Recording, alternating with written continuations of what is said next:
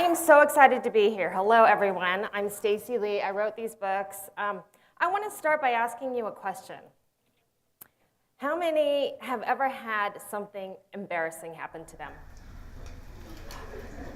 And of these people, keep your hands up, how many people thought they were going to die? It was that embarrassing. Okay, and how many people actually did die? No? Okay. Yeah. A lot of zombies here, I see. So actually, I asked my son this question before I left for California yesterday, and he goes, yes, something very embarrassing happened to me, Mommy, and it was your fault. And I was like, really? He's like, you posted a naked picture of me on the internet. And I was like, I would never do something like that. And he said, on Facebook when I was born,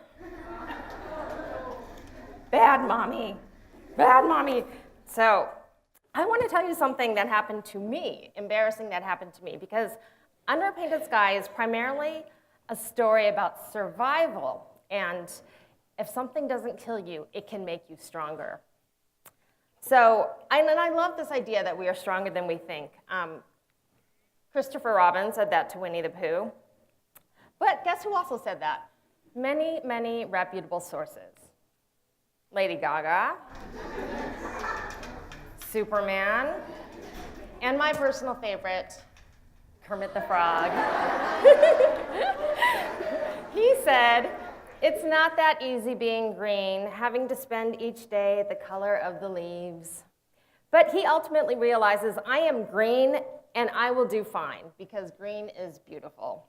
So with this in mind, here is my own story about how I learned that I was stronger than I thought.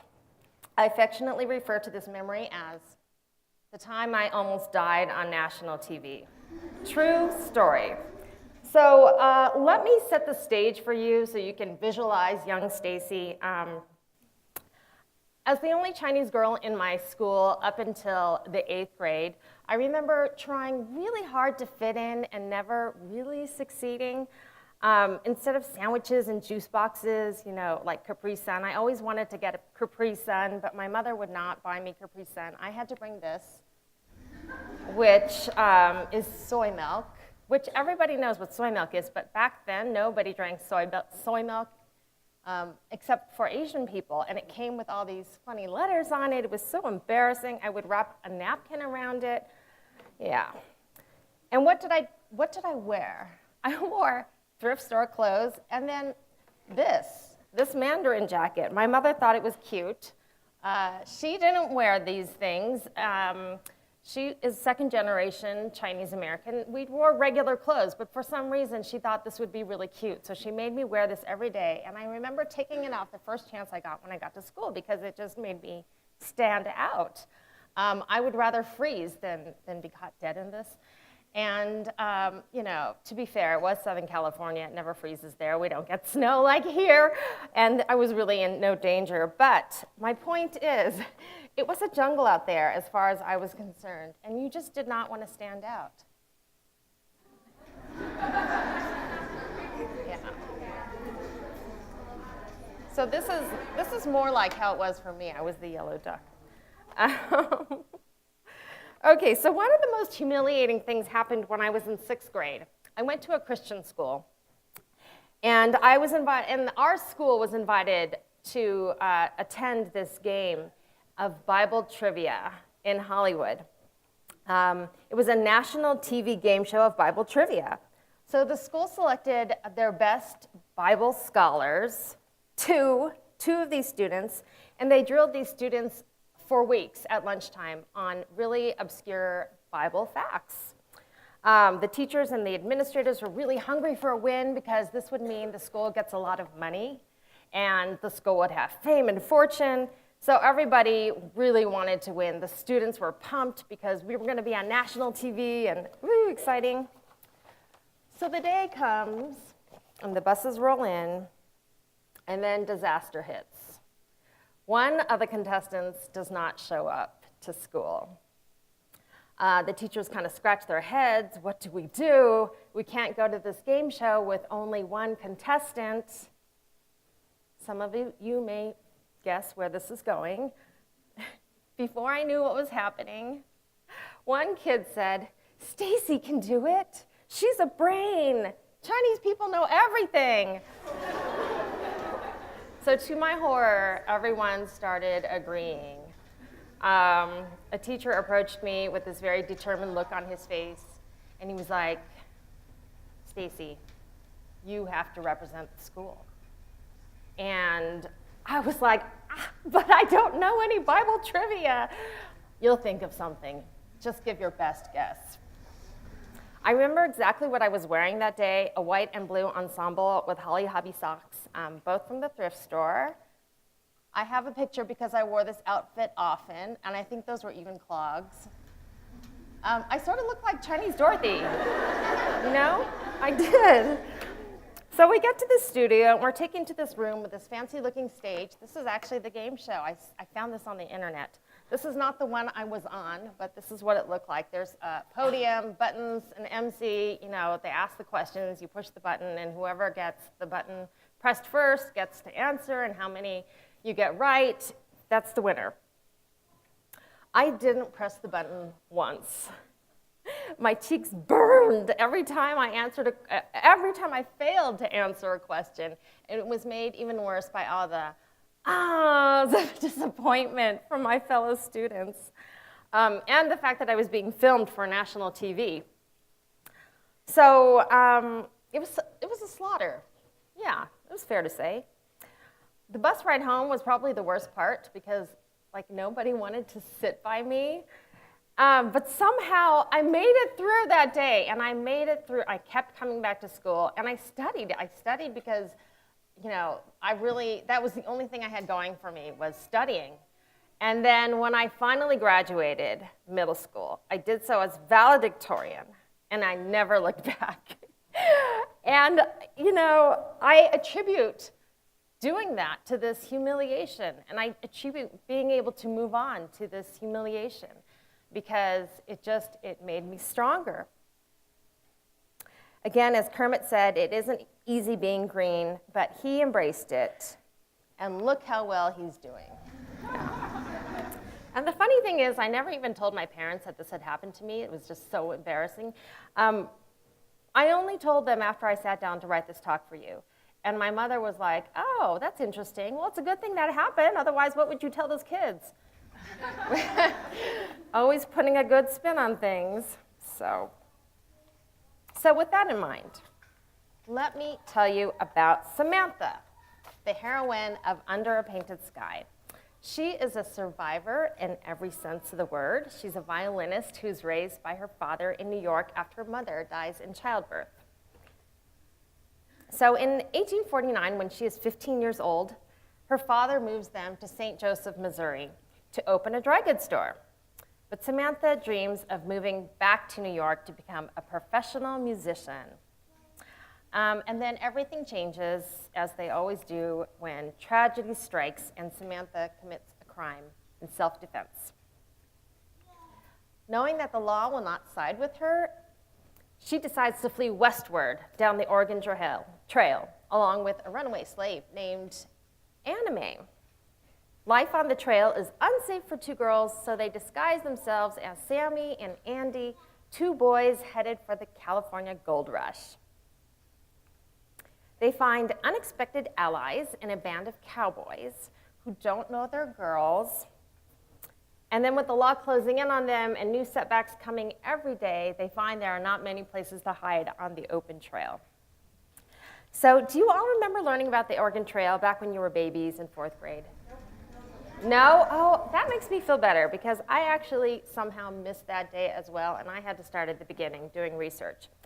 But as a reminder, in the late 1840s, Americans began this major push west of the Mississippi. Most people lived east of the Mississippi at that time. And they moved into lands that were largely unsettled, like Colorado, except by the indigenous tribes. So does anyone know why they went west? Yes? Because of the low prices for a large amount of land. Yes, land was cheap? Yes. Yes. Gold. Gold. Yes, next to you. They were like farm, land, yes. You. Not a lot of people, yes. You. There was too many people starting to build up in the certain area, so they would just spread out. Yes, yes, land, more people. This girl here. Gold, that's what this boy said. And last one, yes. Right here. A privilege to move west. Is that what you said? Yes. The United States was trying to claim all the land from the Atlantic and Pacific. Yes, there was definitely this idea of go west, young man. But two more reasons that you might have missed was for religious freedom, the Mormons came over, and freedom from slavery.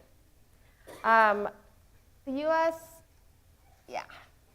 U.S. was still very divided on the issue of slavery, which seems nuts to us now, but whether or not they would be allowed in the new territories was very much an open question. So that's in the case of Anime. She wanted freedom from slavery. So this map shows the different trails west. The green one that you see is the actual Oregon Trail. It starts in Missouri and ends up in Portland. And then the red trail that breaks off at like sort of the midpoint is the California Trail, which brings you to my state, and that's the trail that the gold rushers used. My story starts in St. Joseph, the flashing star. That's one of the jumping off points to get onto the trail. Samantha and Anime first had to cross the Missouri River on this ferry. And it's a tiny picture, but this ferry can only take one wagon at a time, and there's also a horse on it. And it moved by river current, and it was super slow. It was a super slow ordeal. And this is the line to get on the ferry. By 1850, they said that there were so many pioneers eager to get on that little ferry that the line stretched for 300 miles all the way back to St. Louis, which is that red dot. Let me see if I can highlight it. There. So that's longer than, a line at Disneyland. So imagine a 300-mile line.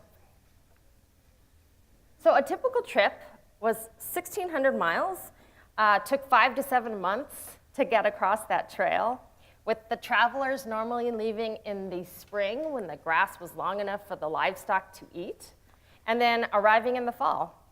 It wasn't a very easy trip. The pioneers would travel in these groups called Wagon Trains, often led by a guy who was going to Oregon for the very first time himself. There were a few pit stops where you could resupply, and the trail itself was very dusty, very bumpy, and pioneers would rather walk the trail than sit in their wagons because they could lose a tooth. But this meant that they had to walk 15 miles a day. Does anyone have a guess how many miles the average American walks a day? Yes. 2. Right on. Yes, very good. In Colorado, I've heard that it's more because you are a very fit state.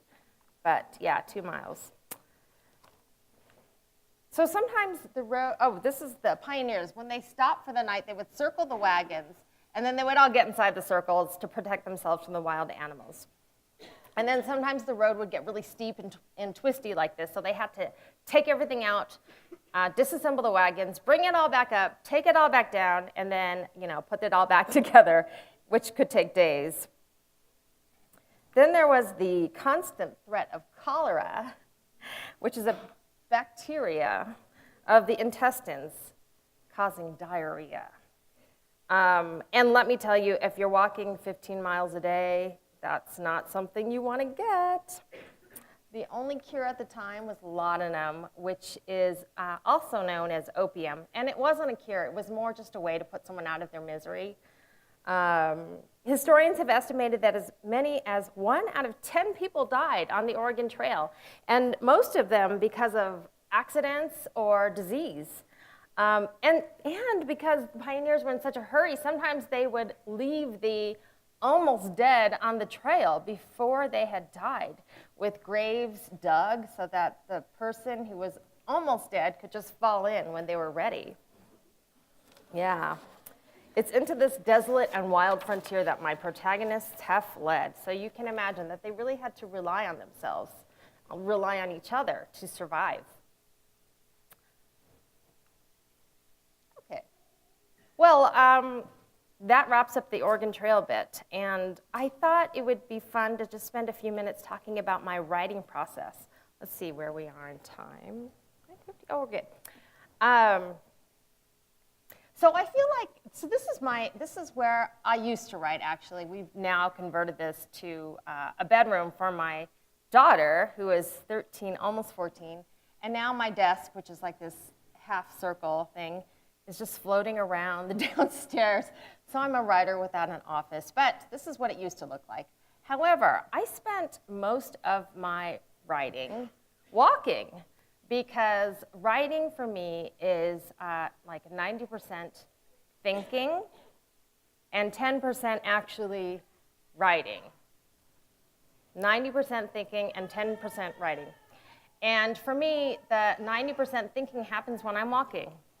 I've talked to other writers about that, and this is a pretty common thing. We need to, actually, our bodies need to be moving in order for the brain to start working. For some writers, it happens when they're staring at the wall, and other writers, they're like team shower, which we can't do in California since we have a big drought. But for me, it's walking. And then, of course, there's this whole other component to historical fiction, which is research. I have to learn things like, what were they wearing back then? How do they speak to each other? Were there sidewalks? What kind of plants grew in the area? How did they feel about homework? All these questions must be answered. And then I have to look at things or research things that are very specific to the story. And in the case of Under a Painted Sky, for example, I had to learn how to ride a horse. As those of you who have read the book know, there are many horses in this story. And one of the hardest parts for me was this bit of research, because I am deathly allergic to horses. If I get near a horse, I start just swelling up and itchy things happen, and I'm a mess. So I did a lot of that research watching videos and reading books, but I couldn't avoid having to go near horses. I had to go speak to a cowboy, a real working cowboy who lived just a couple hours away from where I live. And so that day, I loaded up on the Zyrtec, and I went down and I spoke to him. And I just got in, got out, and nobody got hurt, and it was fine. But sometimes you have to go beyond your comfort level just for the sake of the story. And that was my little bit of going out of my comfort zone. So now, since we have a few minutes left, I thought it would be fun to do a little trivia game based on what I've just told you, and to see if you were paying attention. Ha! I have these sheriff badges, which I think are pretty cute. You can even write your name on them. So I'm going to ask you some trivia questions, okay? Yeah? How many miles was the Oregon Trail rounded to the nearest 100? Yes, you in the pink jacket. 1,500? Very close. Yes. Yes, 1,600. Very good. Okay. What was the cure to cholera? This might be a trick question. In the green. Opium, but was it really a cure? Yep, exactly. It wasn't really a cure. It was just a feel good, a way to feel good. I like your hair. Okay.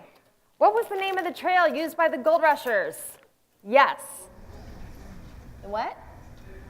Yes, California Trail. These are too easy.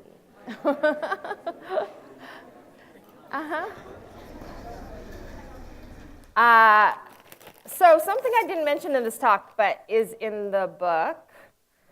Firewood was in short supply along the trail. So what did the pioneers use as firewood instead? Yes. What? Yes, buffalo chips. A lot of buffalo chips on the trail. And I have one more, and I'm going to also pull this one from the book. What was the name of Sammy's mule? Yes. Yes. Paloma. Thank you. You're welcome.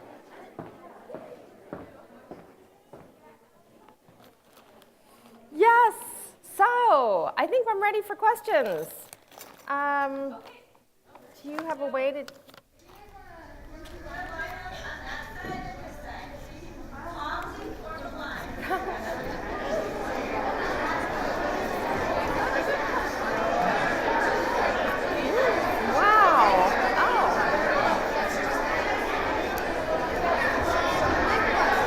Okay, we're going to get started with the questions. If everyone will settle down here.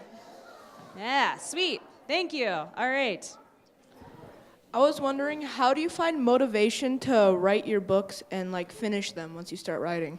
That's a really good question. I have a daughter. She's almost 14, and I think she wants to be a writer. She's always writing in her journal, but never quite finishing anything. And I remember having that problem as well. And I think that's just a part of writing.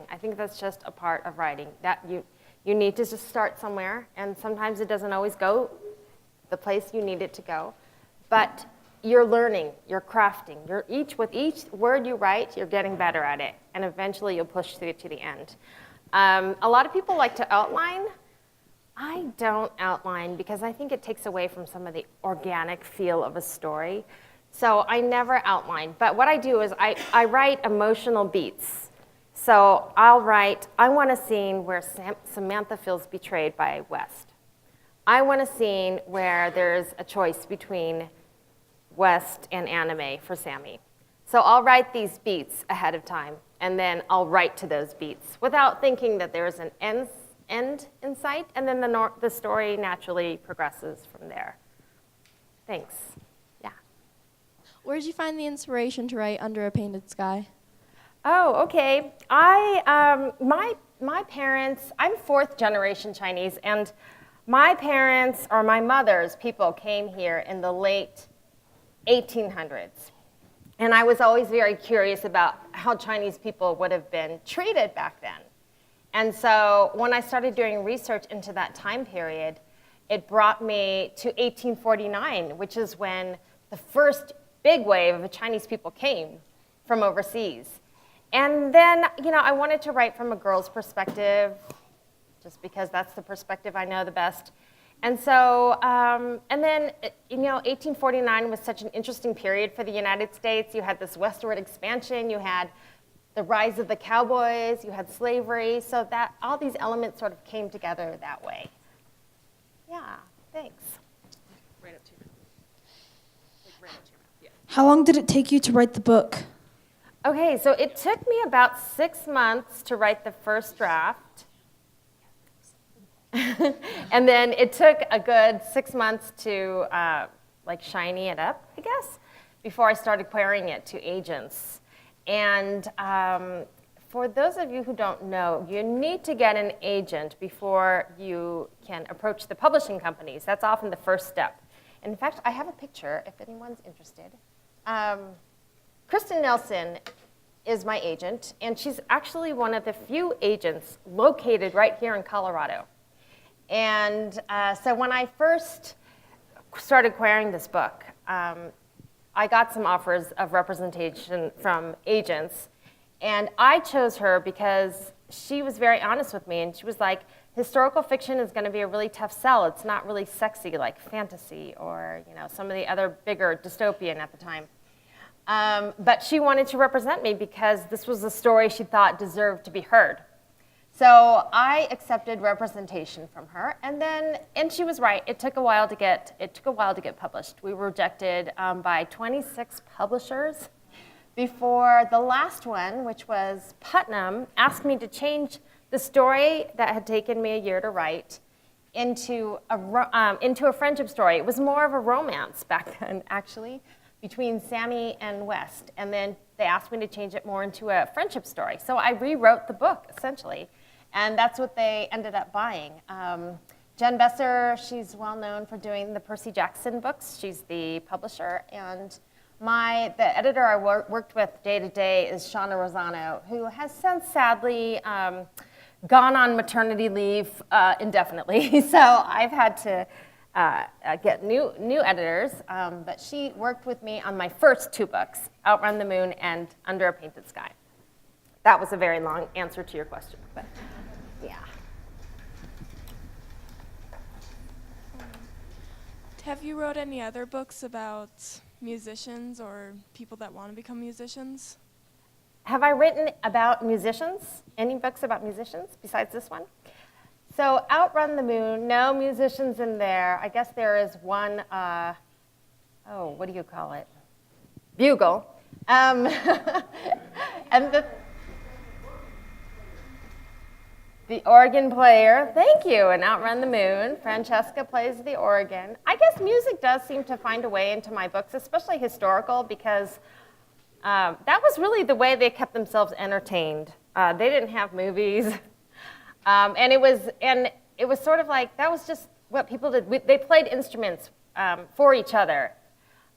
They would get together and they would socialize, and music was always part of the equation. And we have the radio. They didn't have the radio, so it was all live music, and playing an instrument was more just an accepted thing that one would want to do. It was just part of the education.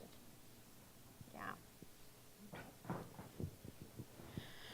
Are you already starting on writing another book?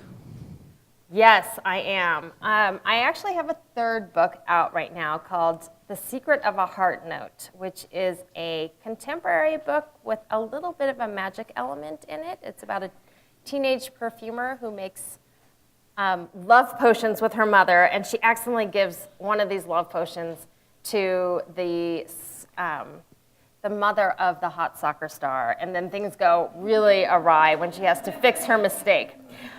And that one just came out. And then the one that I'm currently working on is another historical, and it's called Dear Miss Sweetie. And I'm currently doing the first draft of that, and it takes place in 1890 Georgia. So thanks for asking. Who inspired you to become an author? Oh, I think writing is something that I've always just done. Ever since I could hold a pencil, I was writing. And some of you may be that way too, keeping diaries, journals, that's all writing. So I guess it was just something that has always been a part of my life. It's never something that I really thought twice about. It was just something I naturally did. But some of my favorite authors when I was young was I really loved the Frank Baum Land of the Oz and Wizard of Oz books. Those were some of my favorite. I loved the C.S. Lewis fantasy books. I loved the Mrs. Piggle-Wiggle books. Do you remember Mrs. Piggle-Wiggle? Anybody read those? So I always liked a little magic in my books when I was young. So how do you get into the mindset of writing a long book? How to get into the mindset of writing a long book. Yeah, that's, it's definitely something you work up to. Flash fiction is a great place to start, just to give yourself story structure in a quick way. And then with writing a longer book, I think, as I've said, I think about the emotional beats that I want to hit. And without thinking too much about, how many pages I'm going to write, I just write to those things, and then the page count ends up being whatever the page count is. But strangely, my books always seem to end up the same exact length. So it's something that your brain does, I think. I'm always right at 90,000 words, and then my editor comes and makes it a little more than that, or a little less, it depends.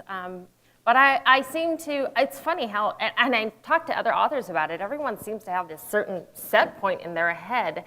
And so I don't know how that part happens, but I don't focus too much on like the word count or how long it is. I just know the things that I want to happen in the story. Yeah. Do you plan to write a sequel to Under a Painted Sky? Do I, what? Plan to write a sequel. Do I plan to write a sequel? I actually did write a sequel, but my publisher really wanted this book to be a standalone book. So they haven't bought it yet, but I'm hopeful one day they will. Yeah, because I have a lot of people asking me about that, and I really would like to tell the story of what happened at that, from the point where they are on Haystack Mountains, and do they ever reach California?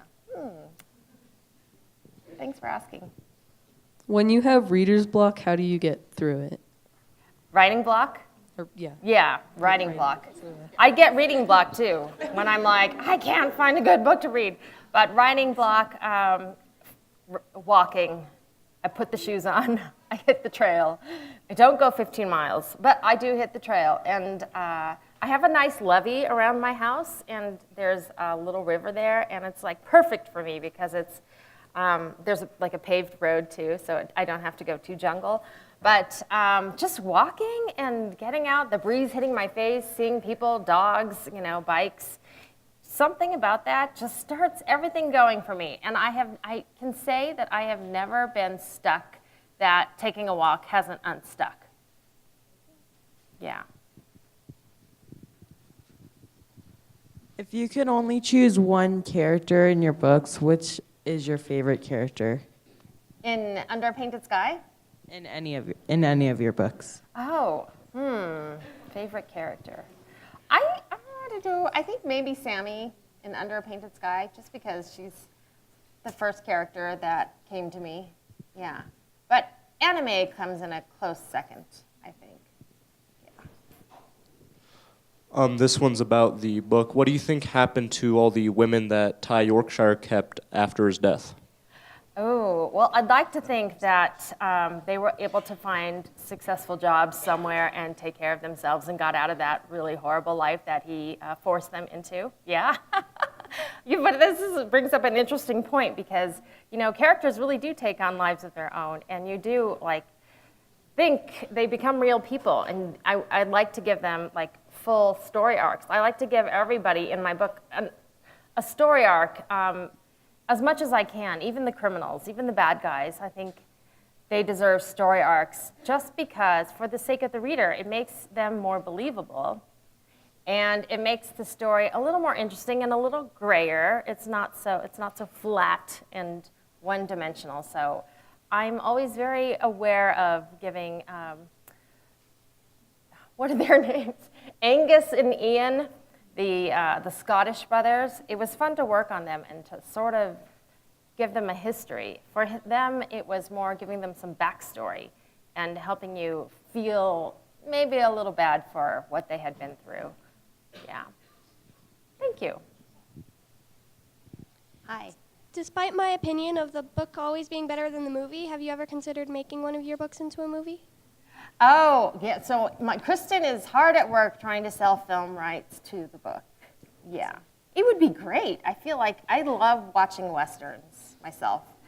They've had these great sweeping landscapes and, a lot of action with the horses. I think you can do a lot. So I'm a fan of the Western movie. So it would be like a dream come true to see that. But yes, I agree that the book is always better than the movie. Are there any other people or authors that got inspiration from you and your books? I'd like to think so. But I don't know for sure. I think I have had a lot of authors ask me to blurb their books, and one measure of how far your reach has been is how many authors turn to you to get good quotes from you to use on their books. So that's quite an honor for me to receive those. I can't do them all, unfortunately, but it means that someone's been reading. Yeah, thanks.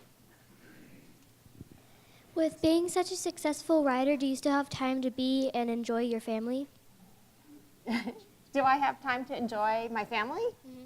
Yeah, that's a really good question. It's hard because I do have my two kids who are in middle school, and so most of my time is spent driving somebody to soccer or somebody to her cello lessons. But I think I've just accepted that I'm going to have a busy life for a while. And for me, writing doesn't start until around 9 o'clock, actually sitting down and writing. So I do, I take care of the family and get the kids where they need to go during the day. And then the writer in me comes out at night, and I write until about 2 in the morning. And then I sleep in, because now that they're 11, 14, they can get themselves ready in the morning. It's kind of great. They know how to pour their own cereal. I did great as a mom, right? So, yeah, so I get to sleep in a little, but that's my strange schedule. It's definitely possible.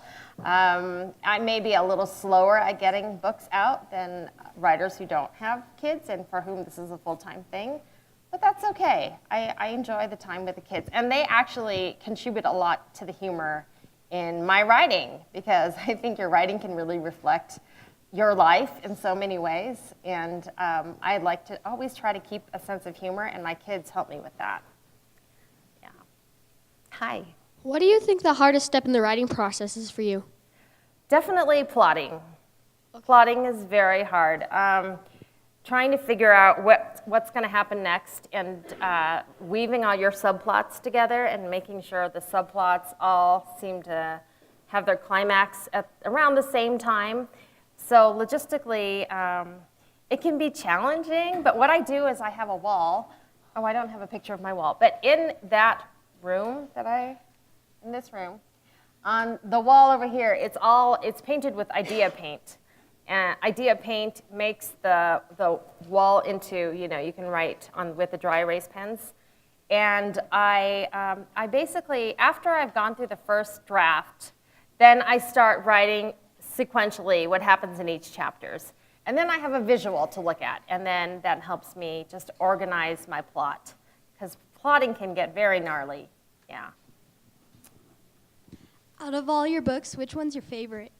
Oh, that's like asking to choose a favorite child. I think they're all unique and special in their own ways. But okay, if you were gonna twist my arm, I think probably I enjoyed writing Under a Painted Sky the most, because I had the most freedom to enjoy that writing process.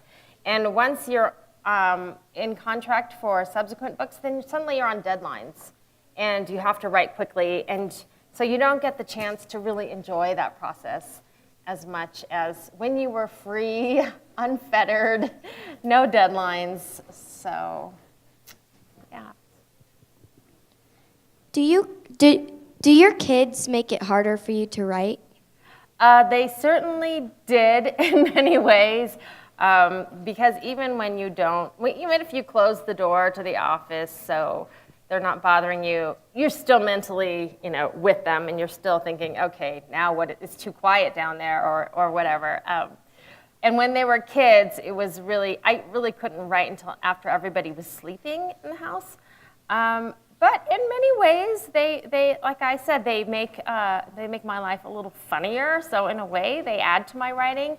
And now my son, he likes to think that he can contribute to the plots, and usually, that comes I'm doing a historical, and he'll suggest perhaps a visit from an alien would be in order, and so he's always trying to think, oh, well, maybe this would work. So in a way, he helps jog some ideas, even if they're aliens. Yeah.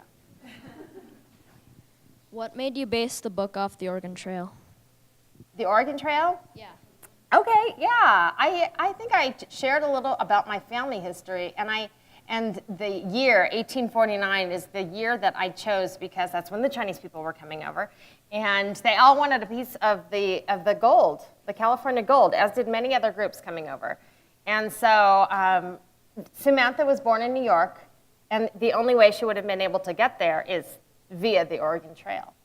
So I hadn't thought to myself, wow, I really want to write about the Oregon Trail, because I missed that lecture on the Oregon Trail, and I didn't even really think about, or it's not something, I never played the game, and I'd always, it wasn't something that I thought, oh, I need to write about this. But when I started looking at the history, I realized, oh yeah, this needs to be an essential component. And then it becomes like a symbol of her journey, and I thought it was nice to be able to follow something that was already there in time. It sort of lays a plan for you. Okay, now they need to get to this point, now they need to get to this point, and what happens right here is, there's this sheer rock they have to climb or whatever. So for me, as a storyteller, that worked out very nicely. Yeah.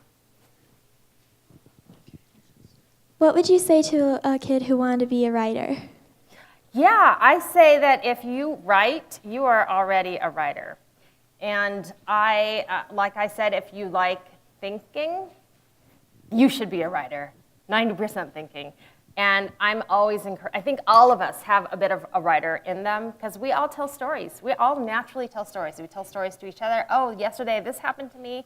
It's something we all naturally do. I don't think enough people realize that. But I encourage you to do that because I encourage you to keep working on the craft. But also, I encourage you to live life and have all those experiences. Because having those experiences is what gives you material to work with. So, go out there and fall in love and go rock climbing and do all those fun things and have experiences. And don't just sit in your room and write. I mean, have experiences so that you have something to write. Yeah. Do you think you're going to make any more like Western types of books in the future? Yes, I do think so. In fact, the one that I'm planning to write after the one I'm currently writing, The Dear Miss Sweetie, the one after that, I plan for it to be a Western again. I'm hoping, crossing fingers. In fact, I recently went to a town a couple hours away from where I live called, what's it called? Oh, Columbia. And it looks like a 19th century town. And people dress up in period dress, and this is what it would have looked like back in late 1800s. And I learned how to ride a stagecoach, or how to do the horses. You have a team of, say, 4 horses, and you have to use your fingers to do this. There's 2 fingers per horse, and you got to hold, the reins for 4 horses.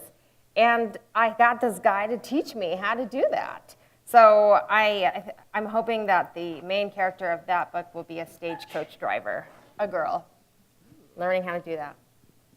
That was fun. What is your favorite book that you have ever read? So many. Oh gosh, that's a really good question. Okay, one of my favorite books is Bloody Jack. Do you know Bloody Jack? Oh, it's so good. It's by L.A. Meyer. It's about a girl, and she joins the British Navy, and she is disguised as a boy too. And it's a series now. It's like there's 13 books, I think. The author just died last year, actually. So